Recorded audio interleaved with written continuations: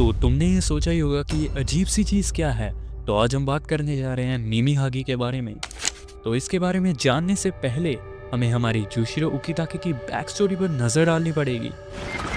जब जुशिरो पैदा हुआ था तभी से उसे एक लंग डिजीज थी जिसे हम ट्यूबरकुलोसिस कहते हैं। उसे सांस लेने में बहुत दिक्कत आती थी। ये बीमारी लंग से लेकर बॉडी के किसी भी पार्ट को इन्फेक्ट कर सकती है। तो जुशिरो इस डिजीज से बहुत टाइम से सफ़र कर रहा होता है और एक दिन उसकी कंडीशन बहुत ज़्यादा ख़राब हो जाती है।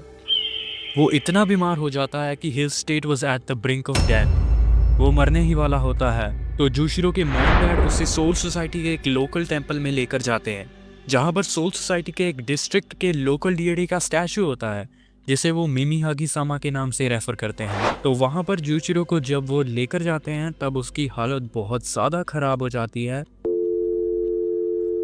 उसके मॉम डैड मिमी हागी सामा के सामने लगातार प्रे करते हैं कि वो उनके बेटे को ब्लेस कर दे जिससे उनका बेटा ठीक हो सके। पर जब वो देखते हैं कि जुशिरो की सांसें बंद हो चुकी होती हैं, उसके मॉम डैड पूरे शॉक में चले जाते हैं। पर उसी वक्त हम देखते हैं मिमी हागी सामा का स्टैचू, जो कि एक अजीब सी आई बॉल होता है, उसमें से कुछ लिक्विड निकलकर जुशिरो की बॉडी को रीच करता है। तभी एकदम से हम देखते हैं कि जुशिरो एक लेक में खड़ा होता है और उसके सामने एक अजीब सी फिगर खड़ी होती है।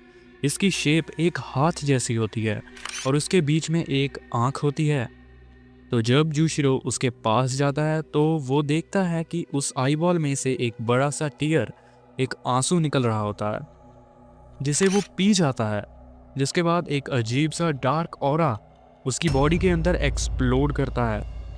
जिसके बाद हम देखते हैं जुशिरो दोबारा सांस लेने लग जाता है और उसे होश आ जाता है। उसे मिमी हागी सामा की ब्लेसिंग मिल जाती है। पर क्या ये वाकई में एक ब्लेसिंग है या फिर एक कर्स? हम देखते हैं कि जुशिरो काफी बड़ा हो जाता है और वो एक बूढ़ी औरत को देखता है जिससे एक आदमी लड़ाई कर रहा होता है। अफसोस वो दादी माँ उस बेचारे को पेल के चली जाती है।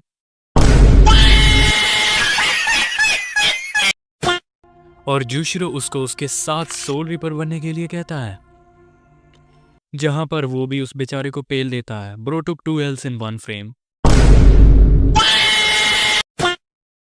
उसके जाने के बाद हम देखते हैं कि जुशिरो को बहुत जोर से खांसी आती है और उसके हाथों में खून ही खून हो रखा होता है। जैसे हमें पता चलता है कि जुशिरो अभी भी ठीक नहीं है, वो सिर्फ चलने लायक ही हुआ है। धीरे धीरे जुशिरो की कंडीशन फिर से खराब होती चली जाती है, जैसा कि हमने पूरी ब्लीच सीरीज में कई बार देखा है। तो हमें क्विंसी इन्वेजन के समय पता चलता है कि जब यूहाबाहा सोल किंग को मार देता है तो उससे तीनों रेल्म्स का बैलेंस खत्म हो जाता है और वो डिस्ट्रॉय होनी शुरू हो जाती हैं।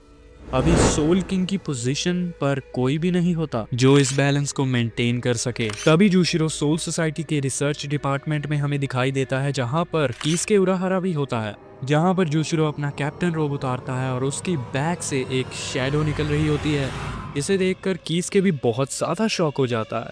मिमी हागी कोई और ही नहीं बल्कि सोल किंग का राइट हैंड खुद होता है। इतने टाइम से जुशिरो सोल किंग के राइट आर्म के रियात्सु से जी रहा होता है। उसकी बॉडी एक टिकिंग टाइम बॉम्ब होती है, क्योंकि उसकी पूरी बॉडी सैक्रिफाइस होने के बाद मिमी हागी के पोजेशन में होती है।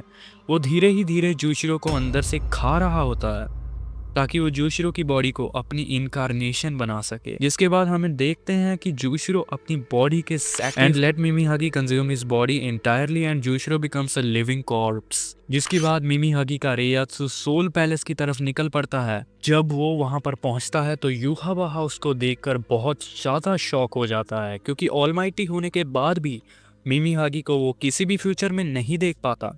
That's because Soul King is a being of incarnation and creation itself, and his power comes with a bigger price, which led to the demise of Jushiro Kitake.